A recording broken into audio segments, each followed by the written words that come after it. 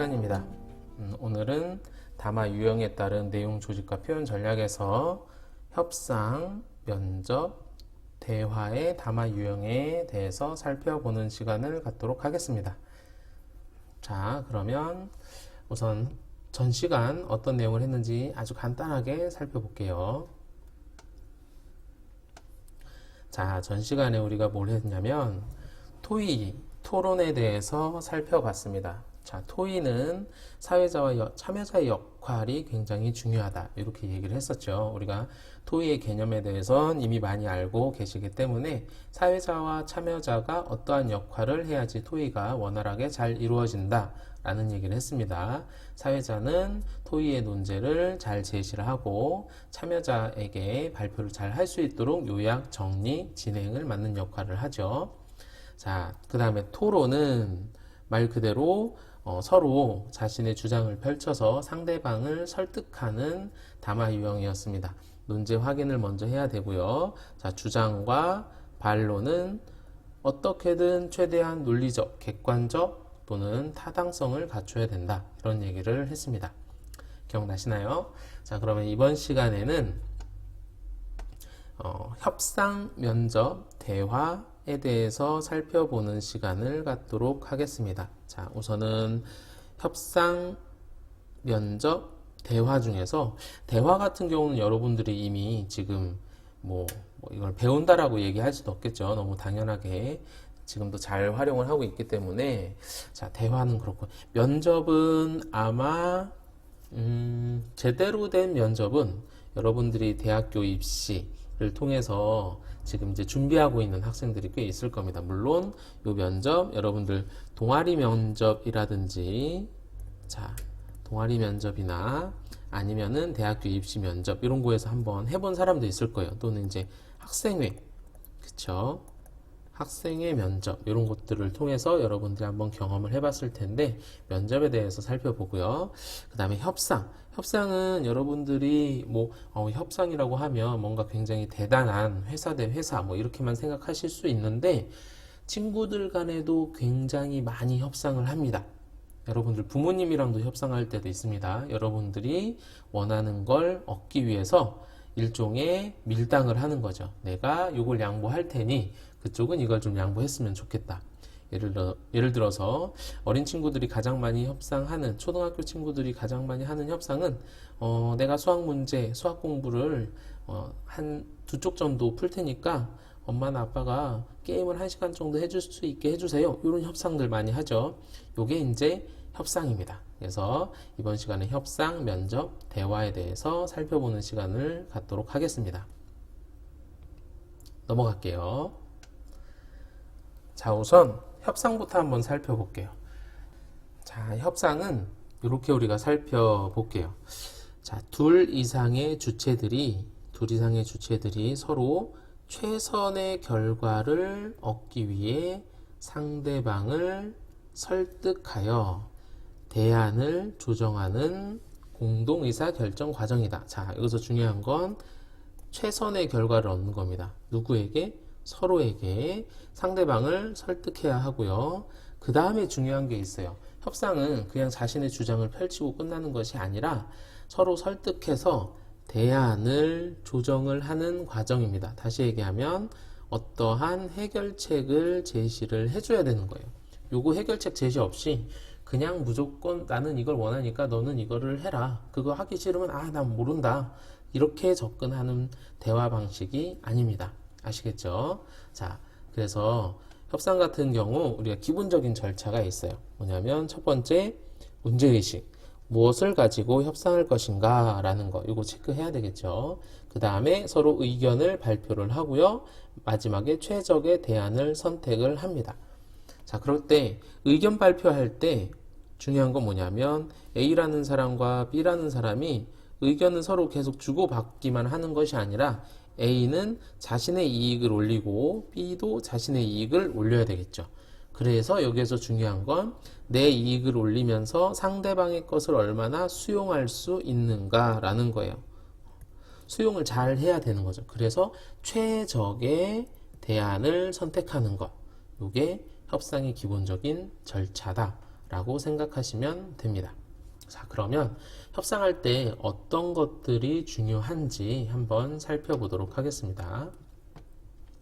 협상을 할 때는 기본적인 전략이 필요합니다. 그 전략은 이렇게 세 가지 정도로 정리를 해볼 수 있겠습니다. 자, 첫 번째, 타협 가능한 협상의 목표를 미리 설정한다. 자, 이게 뭐냐면 우리 이제 문제에서도 여러분들이 문제를 풀었겠지만 이런 겁니다.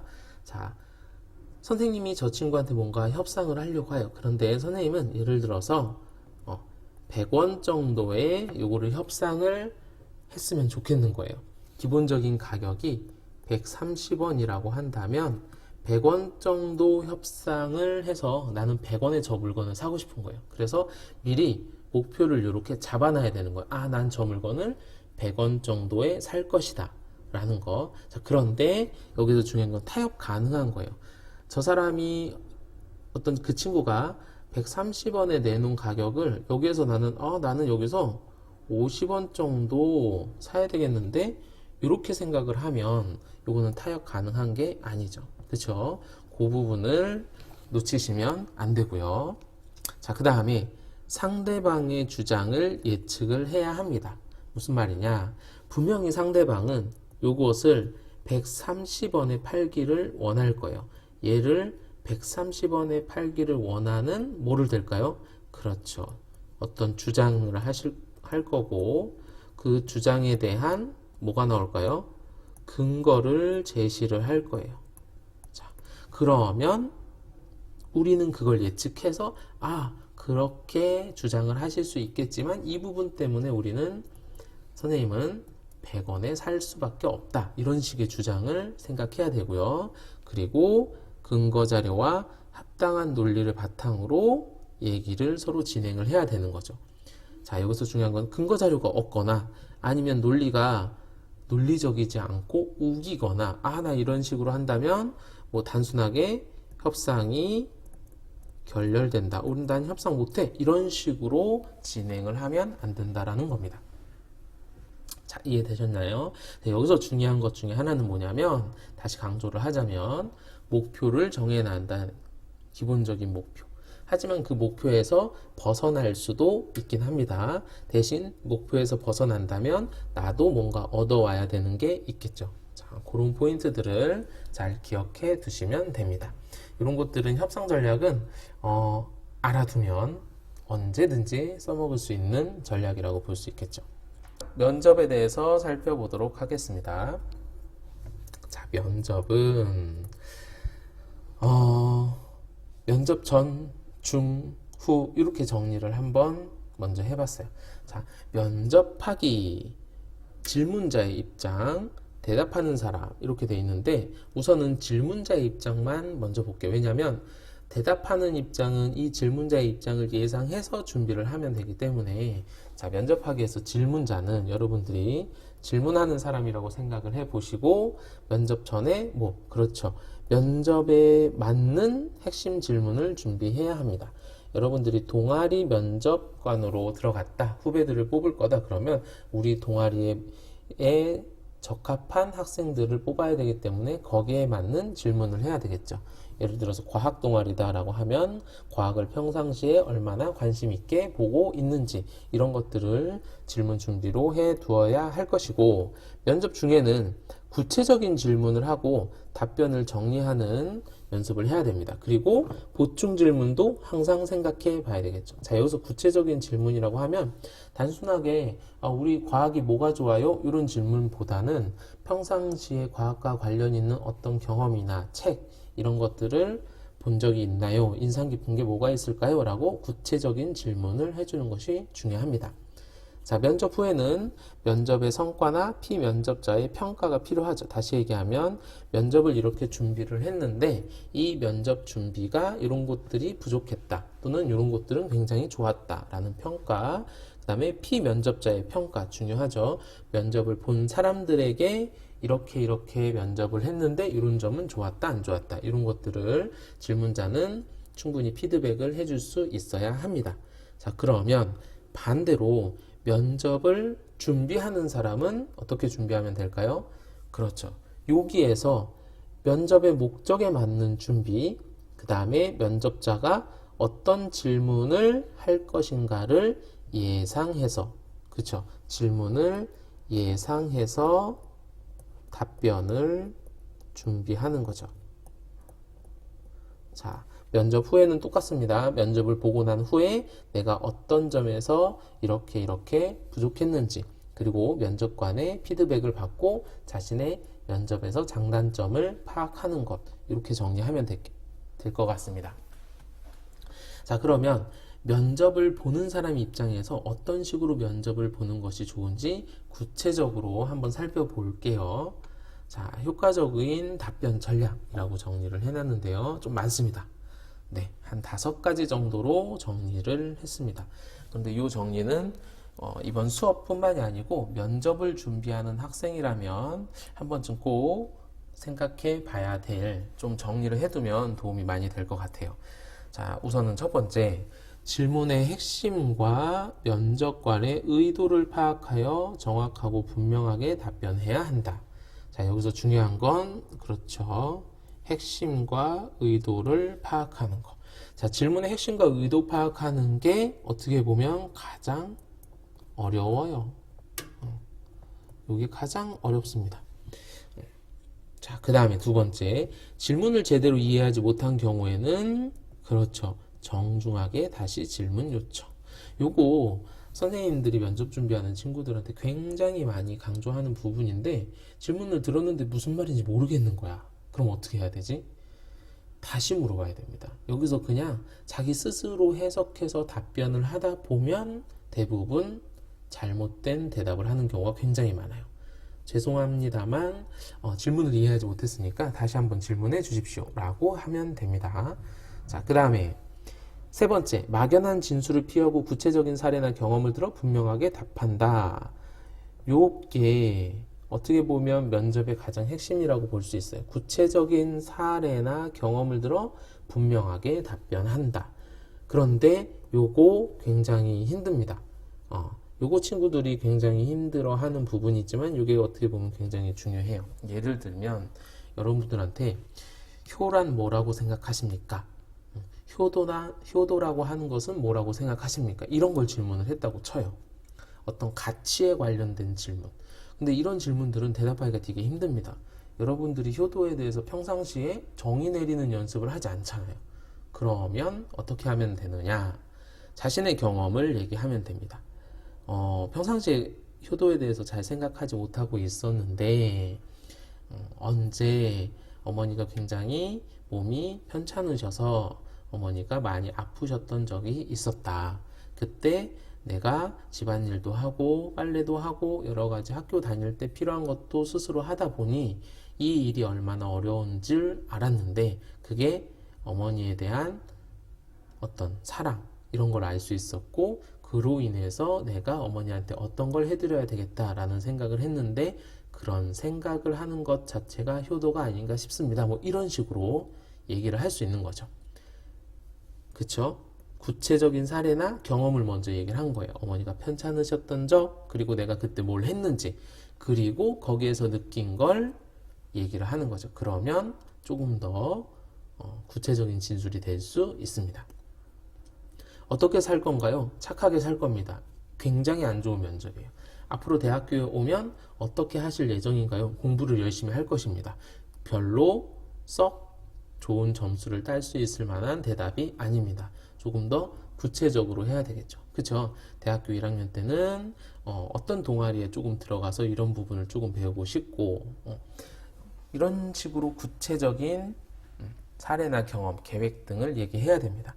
자, 그 다음에 사실을 묻는지 의견을 묻는지에 따라서 적절한 방식으로 답변을 해야 된다. 자, 여기서 중요한 거 뭐예요? 사실을 묻는 건지 의견을 묻는 건지예요. 자, 사실을 묻는 건 정보, 지식 이런 것들을 물었을 때 대답한다고 보면 되고요. 의견을 묻는 건 옳고 그른 거예요. 요거는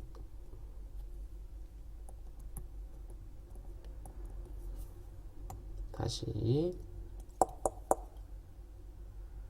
자, 의견을 묻는 건 옳고 그름이에요. 옳고 그름이라고 하는 건 내 생각에 이렇게 하는 게 맞을 것 같고 이렇게 하는 게 틀린 것 같아 라는 느낌. 참과 거짓이 아닌 거죠. 그렇죠? 이 부분을 잘 파악해 주시고, 그리고 제한된 시간 내에 보통 면접을 하면 한 사람이 대답을 할 땐 그때그때 상황에 따라 다르지만 기본적으로 적정한 시간들을 주시거나 알려주시거나 아니면 본인이 스스로 판단을 해야 됩니다. 면접 때 2분, 3분 혼자 말할 수 있는 건 아니기 때문에 주어진 시간을 잘 지켜야 된다. 이렇게 정리할 수 있겠어요. 화법과 작문, 수능 문제를 풀기 위해서 배우는 것도 있지만 실제로 우리가 가장 많이 활용하는 국어의 어떤 영역이라고 생각을 하시면 됩니다. 자, 이렇게 정리하고 넘어갈게요. 자, 대화를 한번 살펴보도록 하겠습니다. 대화는 두 사람이 서로 같이 얘기하는 걸 대화라고 하고요. 대화에는 크게 협력의 원리와 공손성의 원리가 있습니다. 자, 협력의 원리와 공손성의 원리에서 크게 이렇게 경률들이 나와 있는데, 우선은 경률이 뭐냐면 어떤 규칙, 규범이라고 생각을 하시면 되겠습니다. 자, 여기 있는 단어들을 외울 필요는 없지만 한 번쯤 듣고 이해할 필요는 있을 것 같아서 선생님이 정리를 좀 해봤고요. 자, 우선은 양의 경률부터 한번 볼게요. 자, 양의 경률은 말 그대로 대화를 할 때 뭘 하는 거냐면 양에 맞아야 돼요. 그러니까 정보 양이 너무 적거나 너무 많으면 안 되는 거죠. 어디 사니? 라고 했는데 대한민국 경기도 부천시 이렇게 얘기할 필요는 없는 거예요. 그건 양의 경률에 어긋난다. 이렇게 생각하시면 되고, 자, 그 다음에 질의 경률은 진실을 얘기하라는 거예요. 내용의 질이 참 거짓 이렇게 있다면 진실을 가지고 얘기를 해라. 거짓말하지 말고 이렇게 생각하시고, 자, 관련성의 경률은 여러분들이 수업 예를 들어서 그럼 관련 없는 내용 얘기하지 말아라. 즉 예를 들면 수업 시간에 예시로 수업 시간에 소풍 얘기를 한다거나 아니면 수업 시간에 친구들과 놀기 위해서 PC방 얘기를 한다거나 수업과 관련 있는 얘기 해라 이런 것들 있죠. 또는 반대로 축구장에 놀러 가서 축구를 보는데 거기에서 수업 얘기를 하면 안 되겠죠. 관련성 있는 거. 자, 그 다음에 태도는 아주 간결하고 짧게 얘기할 수도 있고 너무 애매모호하게 또는 너무 중의적으로 또는 모호하게 너는 어떻게 생각해? 여기에서는 뭐 밥을 어떤 걸 먹을 거야? 나는 그냥 밥을 먹어도 좋고 안 먹어도 좋은데 어떻게 해야 될지 잘 모를 것 같아. 이런 것들은 태도의 경률에 어긋난다라는 거예요. 되셨나요? 네. 자, 그 다음에 공손성의 원리에 대해서 한번 살펴볼게요. 공손성의 원리는 공손함이에요. 근데 어떤 식으로 이 공손함을 잘 드러내느냐라는 건데, 자, 첫 번째, 요령의 경률은 상대방에게 부담이 되는 것은 최소화시키고 이득을 올리는 거예요. 이거는 대화를 하는 상대방의 이익을 극대화하는 거예요. 대화를 할 때. 그러면 이거는 네가 힘드니까 너는 요거를 했으면 좋겠다. 요게 훨씬 더 너한테 좋겠네. 이런 식의 부담을 최소화시키는 거. 그 다음에 관용의 경률은 이거는 스스로 상대방이 아니라 말하는 자신. 요거는 화자 자신의 이익을 줄이는 거예요. 그러니까 요령의 경률과 관용의 경률은 조금 비슷한 것 같지만 달라요. 관용은 뭐냐면 나의 이익을 줄이는 거예요. 친구들이랑 얘기할 때 그럼 그거는 내가 어려우니까 내가 할게요. 이렇게 얘기하는 거. 이해되셨죠? 자, 그 다음에 찬동의 경률은 요 찬동은 다른 말로 바꾸면 칭찬. 네, 이건 칭찬이라고 보면 돼요. 이건 뭐냐? 상대방을 엄청나게 칭찬하는 거죠. 너 굉장히 잘하는구나, 발표도 잘하는구나, 청소도 잘하는구나, 이런 것들이 찬동의 경률이라고 볼 수 있고요. 그 다음에 겸양의 경률은 자신의 칭찬을 최대한 낮추는 거예요. 나는 그런 부분에서는 굉장히 약해요, 못해요, 이렇게 얘기를 하고요. 자, 마지막 동의의 경률은 뭘까요? 그렇죠. 동의하는 겁니다. 상대방과 나의 의견 차이를 줄이고 일치하는 일치점을 극대화시키는 것. 요게 동의의 경률입니다. 자, 이해되셨나요? 대화에 이렇게 다양한 협력의 원리와 공손성의 원리가 있는데 요거를 무조건은 막 외워야 되는 건 아니고요. 요거에 맞춰서 여러분들이 대화를 하고 그 다음에 여러분들 충분히 이런 대화를 지금 하고 있기는 합니다. 근데 이제 요령, 관용, 찬동, 겸양, 동의 이런 단어들이 조금 어색하니까 한 번쯤 이렇게 잡고 나갈 수 있도록 할게요. 그리고 아주 자세한 내용들은 선생님이 수업 자료실에 파일로 올려놓으니까 그 파일을 참고하시면 될 것 같습니다. 자, 그러면 저번 시간에 과제로 내준 부분 같이 한번 풀어보는 시간을 갖도록 하겠습니다. 잠깐 쉬었다가 오겠습니다.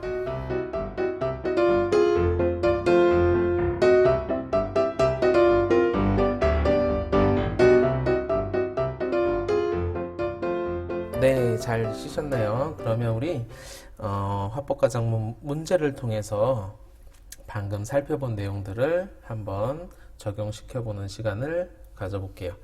자, 화법과 작문 7강이고요. 수능 특강 77쪽입니다. 자, 거기 보시면 네, 뭐가 나오나요? 학생들의 모의 협상이다 라고 나오죠. 자, 우리 이제 드디어 좀 전에 봤던 협상을 한번 살펴볼게요. 협상 어떤 거 생각해야 된다고 했죠? 그렇죠. 나의 이득을 위해서 상대방을 설득시키지만 단순히 그냥 설득하는 것이 아니고 서로 조정을 하고 합의를 하는 것이 중요하다. 그리고 뭘 해야 된다? 그렇죠. 예상, 의견을 생각을 해서 거기에 대한 대안을 미리 생각해 두면 좋다라고 나와 있습니다. 자, 그리고 이렇게 문제가 나와 있네요. 됐습니까? 자, 우선은 발문을 또 간단하게 살펴보겠습니다. 발문 살펴보시면 이렇게 돼 있어요. 위 협상에 대한 이해로 적절하지 않은 것은 협상의 어떤 절차 과정이나 협상하는 학생 1, 2에 대한 내용 파악하는 문제를 얘기하고 있고요. 자, 두 번째 문제는 학생 1이 협상에서 활용한 전략으로 가장 적절한 것은 학생 1은 협상을 하기 위해서 어떠한 전략을 사용했는가 라는 문제가 나왔고요. 그 다음에 세 번째는 보기를 참고할 때 위 협상에서 학생 1, 2가 합의에 이를 수 있었던 요인에 대해서 한번 생각해 보자. 이렇게 질문이 나왔습니다. 되셨나요? 자, 그러고 다시 문제로 이렇게 가보시면 모의 협상 상황이 나와 있어요. 모의 협상 상황. 그러면 상황을 먼저 한번 살펴보도록 할게요. 자, 학생 1은 기업인이고요. 자신의 공장에서 생산한 상품을 100만 원을 받고 판매를 하고자 합니다. 자, 뭐가 되어 있죠? 그렇죠. 협상을 하기 위해서 자기가 생각하고 있는 기준 금액이 나와 있어요. 100만 원. 하지만 학생 2는 상인으로 상품을 대량 구매하니 90만 원의 상품을 사려고 합니다. 자, 여기에서 차이가 생기는 거죠. 그쵸? 자, 그런데 문제를 보니 이렇게 나와 있어요. 기업인은 현재 시점으로 1개월 안에 상품을 못 팔면 보관 창고를 사용해야 되는데 그러면 그렇죠. 돈이 듭니다. 배송비와 창고 대여로 지불이 필요하고요. 자, 상인 1은 1개월 안에 새로운 상품을 찾지 못하면 판매 상품의 수가 줄어서 고객을 놓칠 수 있어 손해를 입게 됩니다. 그렇기 때문에 학생 1과 학생 2는 서로 기업인 상인으로서 서로 협상을 통해서 윈윈하는 전략을 찾아야 되는 거죠. 자, 이해되셨습니까? 네. 이 상태에서 뭘 하면 되냐면 협상의 내용을 읽고 문제를 푸시면 됩니다. 자, 여러분들이 아마 다 읽고 문제를 풀었을 거라고 생각이 되고요. 아직 못 푼 사람들은 잠깐 멈춰놓고 문제를 푸시고 협상의 과정을 한번 간단하게 살펴볼게요. 간단하게. 자, 학생 1은 지난번 협상에서 다루지 못한 상품값에 대해서 논의하였으면 합니다. 자, 지난번 협상에서 다루지 못한 상품값이라고 하는 거 보니 협상이 첫 번째가 아니죠. 그쵸? 최소한 두 번째는 되는 것 같습니다. 학생도 좋습니다 라고 얘기를 했어요. 자, 학생 1이 얘기하면서 무슨 얘기를 하냐면 이렇게 얘기를 합니다. 배송비는 저희가 책임지도록 하겠습니다. 하지만 상품값은 양보해 드릴 수 없습니다. 라고 얘기했더니 학생 2가 얘기한 건 무엇이냐면 자기가 대량 구매를 하니까 상품값을 양보해 달라. 그리고 배송은 매번 기업에서 책임을 져왔지 않느냐라는 주장을 합니다. 자, 여기에서 중요한 포인트는 이겁니다. 그러면 학생 1은 이렇게 돼 있어요. 배송비와 관련해서 잘못 생각한 부분이 있는 것 같습니다. 일정 금액 이상인 경우에서는 배송비를 저희가 부담하는 것이 사실이지만 그것은 특정 구역 안에 있을 때만 그렇다. 일반적인 거리에서는 그보다 훨씬 멀기 때문에 구매하고자 하는 판매처는 요거는 좀 드리기가 힘들다. 자, 무슨 말이냐? 배송비에 대해서 여기에서 여러분들이 체크해야 될 건 배송비에 대해서 학생 1과 학생 2가 다 생각을 하고 있었다는 거예요. 우리 협상할 때 중요한 게 뭐였죠? 미리 어떠한 의견을 상대방이 낼 것인지를 예상하고 거기에 대한 대안을 마련해 둬야 된다. 그러니까 학생 1은 배송비에 대해서 미리 대안을 마련해 둔 거라고 생각하시면 됩니다. 되셨나요? 자, 그 다음에 학생 2 같은 경우 또 이런 주장을 합니다. 인지도의 얘기를 해요. 그랬더니 학생 1은 인지도에 대한 얘기를 또 합니다. 이해되시죠? 이 상품은 이미 다른 지역에서 선호를 받은 상품이다. 요거는 시제품이 아니다. 인지도도 마찬가지로 해결될 수 있다. 그래서 인지도에 대한 얘기도 합니다. 이런 식으로 어떤 협상의 요소가 될 수 있는 부분을 서로 미리 생각해서 대안을 얘기해 나가고 있는 것입니다. 되셨죠? 자, 뒤에 문제까지 이렇게 쭉 보는데 맨 마지막에 협상이 되긴 했어요. 그쵸? 몇만 원의 협상이 됐냐면 95만 원의 협상을 했습니다. 그쵸? 그 다음에 배송비 5만 원은 상인 측에서 하는 걸로 했고요. 추가 배송 같은 경우에는 되셨나요? 자, 이렇게 해서 잘 협상은 마무리가 됐어요. 자, 문제를 한번 살펴보시면 첫 번째 1번 문제는 정답을 여러분들이 체크를 할 수 있었겠지만 5번이 이제 틀린 내용으로 나오죠. 근데 5번의 내용을 보면 이런 내용이 나와요. 학생 1과 학생 2는 지난 시간의 협상 결과를 수정하여 라고 되어 있는데 요거 수정하지 않았죠. 지난 시간에 협상한 결과는 그냥 그대로 갑니다. 지난 시간에 협상한 내용이 뭐냐면 거기 상품 개수, 그 다음에 언제 지급할 것이냐, 지급 시기 이런 부분이 나오는데 이런 부분은 수정을 하지 않았습니다. 변화를 주지 않았죠. 그래서 5번이 적절하지 않은 걸로 된 것이고, 그 다음에 두 번째는 답은 여러분들이 충분히 3번 이렇게 체크를 할 수 있는데 활용한 전략이니까 요거는 원래는 선택지를 미리 한번 읽고 협상 내용을 읽는 게 훨씬 더 좋습니다. 선택지를 읽어보시면 학생들이 어떠한 활용 전략을 사용했는지 핵심 포인트를 잡을 수 있어요. 선생님이 잡는 부분이랑 여러분들이 잡는 부분이랑 일치하면 좋을 것 같아요. 1번은 그쵸, 예를 들어서 설명한 것이었고요. 그 다음에 2번 같은 경우는 특정 기간의 문제를 해결해야 된다라는 걸 강조했고, 그 다음에 4번 같은 경우에는 상품 구매 개수가 있다. 근본적인 해결책이 이렇게 얘기한 게 포인트고요. 4번 같은 경우에는 경제적 손실을 강조하면서 얘기한다. 이런 내용이 있어요.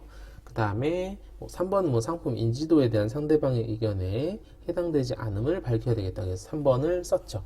나머지 1, 2, 4, 5번은 이 부분을 아예 사용하지 않았고요.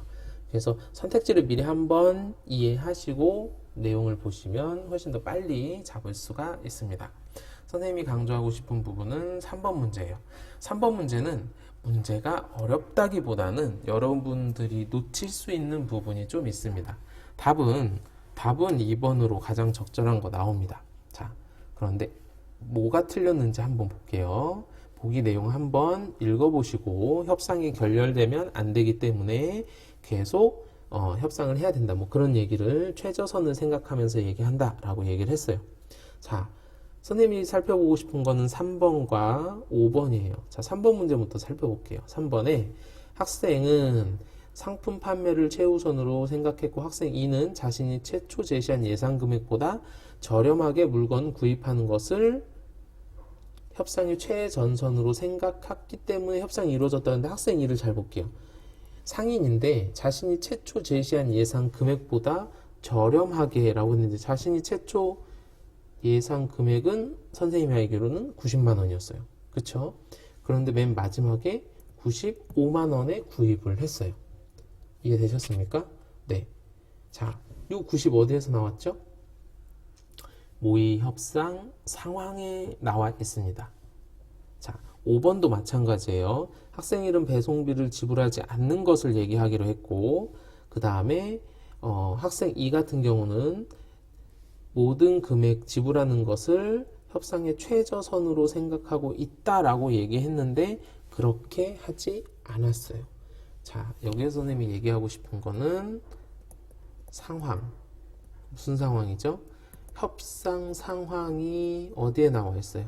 맨 앞에 나와 있습니다. 자, 다시 앞으로 잠깐 가보면 이 부분이 나와 있는데 모의 협상 상황. 여러분들이 이 모의 협상 상황을 그냥 쓱 읽고 넘어가 버리면 이 지문 문제 풀 때 3번 문제를 풀 때 멈칫하고 생각을 하는 시간이 길어질 거예요. 근데 여기를 보면 100만원, 90만원이라고 아주 명확하게 나와 있습니다. 무슨 얘기죠? 지문을 읽고 문제를 풀 땐 그 지문에 나와 있는 내용, 보기, 상황, 인물, 요소, 주제 이런 것들을 놓치면 안 됩니다. 아시겠죠? 충분히 여러분들이 풀 수 있는 지문에 제시 조건을 다 주었는데 못 푼다라는 건 여러분들이 놓친 게 있는 거예요. 이 부분만 조금 조심해주면 좋겠어요. 되셨습니까? 자, 협상의 기본적인 대안을 체크하는 거. 상대방이 어떤 얘기를 할 때 그 얘기를 미리 예측하고 대안을 준비한다라는 거. 그 다음에 협상을 자기 자신의 이익을 위해서 하는 거기 때문에 최저선이라고 하는 게 존재한다라는 거. 이런 부분을 잘 이해하고 계시면 될 것 같습니다. 자, 다음으로 넘어갈게요. 자, 96조 화법과 작문 10강입니다.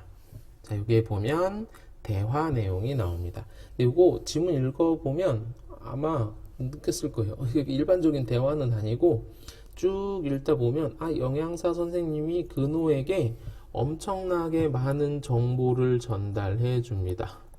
네. 그래서 어떻게 보면 그냥 대화라기보다는 정보 전달에 가까운데? 라는 생각이 조금 들 겁니다. 일반적인 대화 문제랑 정보 전달 대화랑 뭐 크게 다른 점은 없기 때문에 선생님이 그냥 한번 풀어보라고 했는데 여기서 선생님이 얘기해 줄 건 뭐냐면 문제예요. 문제를 보시면 문제는 심플해요. 자, 대화를 통해 확인할 수 있는 A가 아마 이건 선생님 적어 놓으라고 했죠. 식습관에 관련된 강연입니다. 강연. A의 내용으로 가장 적절한 거라고 되어 있고 두 번째, 영양사 선생님과 근호의 말하기 방식이라고 되어 있어요. 자, 세 번째, 예측하고 가로 안에 뭐가 들어갈지 한번 체크해봐라 라고 되어 있습니다. 이번 문제는 여러분들이 풀면 어렵지 않게 4번이라고 답이 나올 거고, 자, 1번 문제 한번 볼게요. 대화를 통해 확인할 수 있는 A의 내용으로 가장 적절한 건데 A의 내용이 무슨 내용인지 확인하려면 A와 관련된 영양사 선생님의 내용을 잘 읽어보시면 됩니다. 그런데 여기를 쭉 문제를 풀 때 답이 빨리 나올 수 있는데 답은 예로 나와요. 음식 중독과 알코올 중독의 공통점과 차이점. 맞나요? 아니죠. 그냥 이거 쫓아가시지 마시고 답은 이게 아니고요. 과도한 식욕 억제가 음식 관련 뇌 체계에 미치는 영향. 이게 이제 정답으로 나오는데 재미있는 것은 언뜻 보면 다 대화 내용에 들어가 있는 거예요. 대화 내용에. 그런데 A 부분을 한번 볼게요. 자, A 부분 보시면 지난번 올바른 식습관에 대한 강연 들은 거 기억하니? 라고 해놓고 이렇게 나와요. 그때도 굶는 다이어트의 위험성에 대한 내용이 있었는데 강연을 들어 알겠지만 계속 이렇게 극단적인 다이어트를 할 경우에 여기가 중요한 거죠. 음식의 즐거움을 인식하는 뇌의 쾌감 회로가 강하게 발달해 같은 음식을 먹더라도 큰 기쁨을 느끼게 된다. 그래서 결국에는 불안하거나 초조한 금단 현상이 나올 수도 있다예요. 그럼 여기 핵심의 특징은 뭐냐면 과도하게 다이어트를 하다 보면 뇌가 문제가 생긴다. 이게 핵심이거든요. 그래서 답이 5번이 됩니다. 그런데 여러분들이 대부분 얘는 걸러낼 거고요. 아니라고. 탄산음료, 이온음료 다이어트에 미치는 영향 나오죠. 나오긴 나오는데 이거는 그냥 영양사쌤의 의견이었고요. 3번이 조금 함정에 빠질 수 있었고 4번 중고등학교 청소년의 극단적인 다이어트 경험 실태라고 했는데 이것도 그냥 선생님이 얘기한 부분이에요. 자, 3번 볼게요. 음식 중독과 알코올 중독의 공통점은 나왔어요. 공통점은. 그런데 뭐가 안 나왔어요? 차이점은 안 나왔어요. 그러니까 3번은 여기에 들어가지 않습니다. 그런데 여러분들이 선생님 공통점 얘기했으면 차이점도 얘기하지 않았을까요?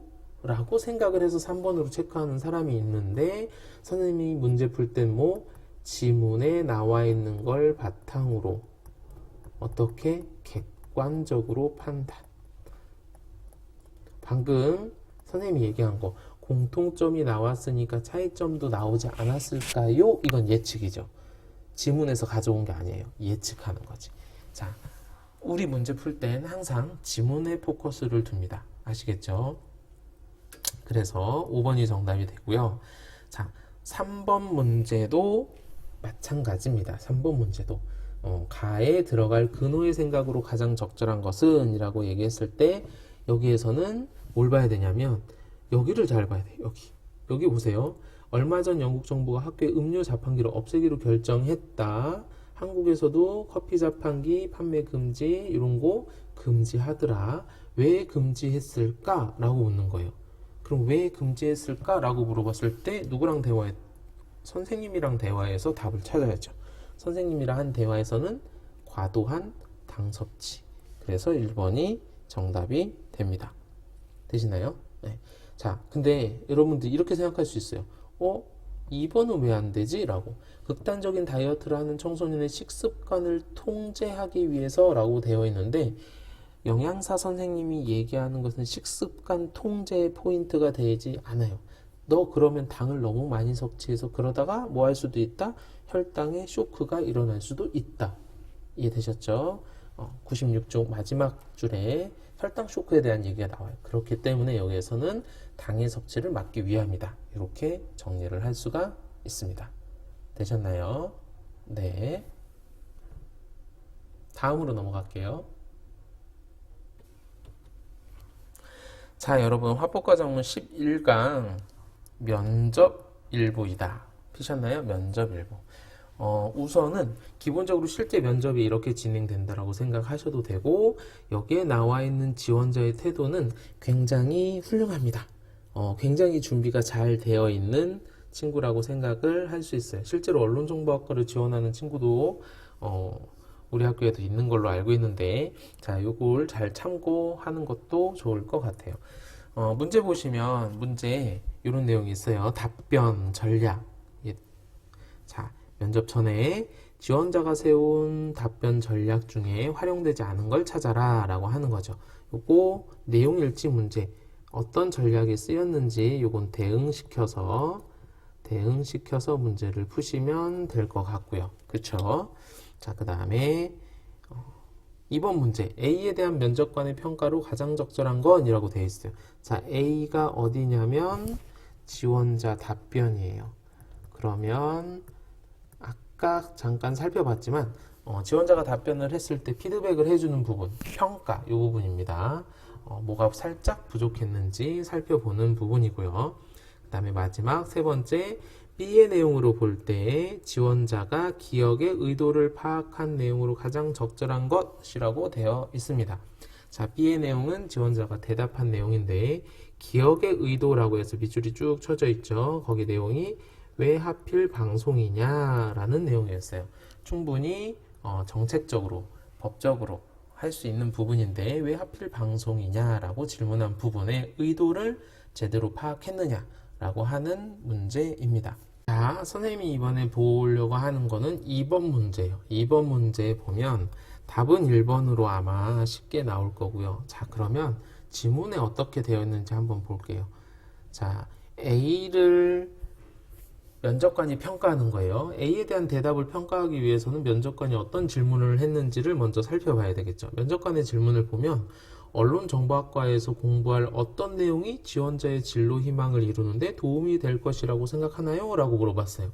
자, 여기에서 핵심 포인트가 뭘까요? 언론정보학과에서 공부할 어떤 내용이 너한테 도움이 될 것 같니? 라고 물어본 거예요.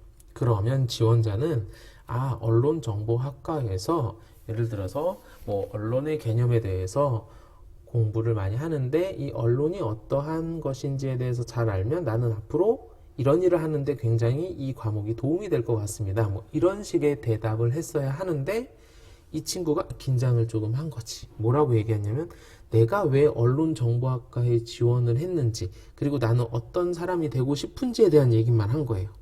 그쵸? 여행 프로그램을 제작하고 싶다. 이렇게 얘기한 거죠. 그래서 면접관의 입장에서는 이 지원자가 안타까운 거예요. 어떤 부분이 이 친구가 하고 싶은 건 명확하구나. 한데 내가 질문한 건 어떤 내용이 너한테 도움이 될 것 같니? 라고 한 거니까 1번이라고 대답을 할 수가 있겠고요. 여기서 함정은 5번이 함정이 됩니다. 지원자가 중요하게 여기는 가치에 대해서는 알 수 있었으나 질문의 핵심과 관련된 내용보다는 세부적인 내용에만 답변한 점이 아쉽군 이라고 되어 있는데 여기서 세부적인 내용을 얘기한 것도 없죠.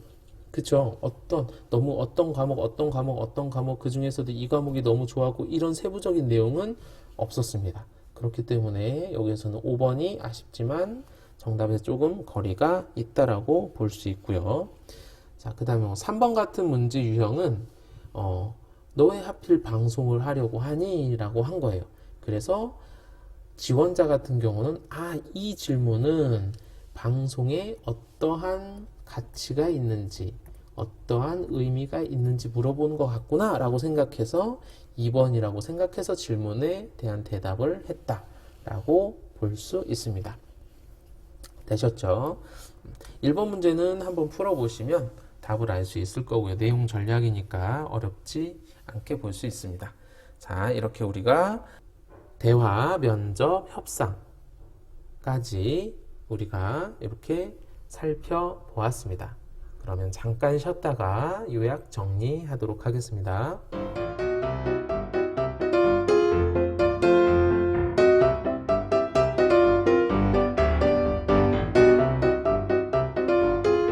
네, 수고하셨습니다. 자, 이번 시간 마무리하는 시간 갖도록 할게요.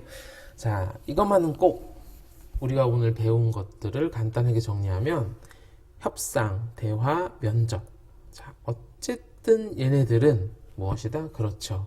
상호작용을 바탕으로 한 의사소통입니다. 다시 얘기하면 상대방을 생각해야 되는 거죠. 그래서 협상을 할 때도 상대방이 얘기할 의견을 미리 예측하는 거고요. 대화할 때도 상대방을 생각해서 기본적인 공손성이라든지 협력의 원리를 사용하는 것이고, 면접도 상대방의 의도나 질문의 핵심을 빨리 파악해서 면접에 잘 임해야 하고, 면접자는 그 부분을 잘 이용해서 면접을 치르고요. 그 다음에 면접관은 그런 내용을 바탕으로 면접자의 기본적인 성향이나 인품을 살펴봐야 되겠죠. 그래서 문제를 풀 때는 결국에는 A, B라고 하는 기본적인 상호작용이 진행이 되려면 A는 B를 위해서, B는 그 내용을 듣고 다시 A에게, 다시 A는 B에게 서로 어떻게 해야 되죠? 맞습니다. 서로 교섭을 통해서 이루어진다라는 점. 이게 곧 시험 문제에서도 핵심 포인트가 될 수 있는 부분입니다. 되셨나요? 자, 고생하셨고요. 다음 시간에는 글쓰기 과정과 유형에 따른 문제풀이를 할 것인데, 다음 시간에는 정보 전달, 설득하는 글쓰기. 우리가 글쓰기는 화제를 선정하고 또는 논제를 정하고 글의 내용을 생성하고 조직하고 이런 것들은 기본적으로 다 배웠기 때문에 글쓰기의 기본적인 종류, 글의 종류에 대해서 살펴보고 그 글의 종류에 맞춰서 어떠한 표현 전략을 사용해야 하는지에 대해서 수업을 진행을 하고요. 그 수업이 끝나면 고쳐 쓰기와 관련된 내용을 진행하도록 하겠습니다. 오늘도 수고하셨고요. 항상 파이팅 하십시오.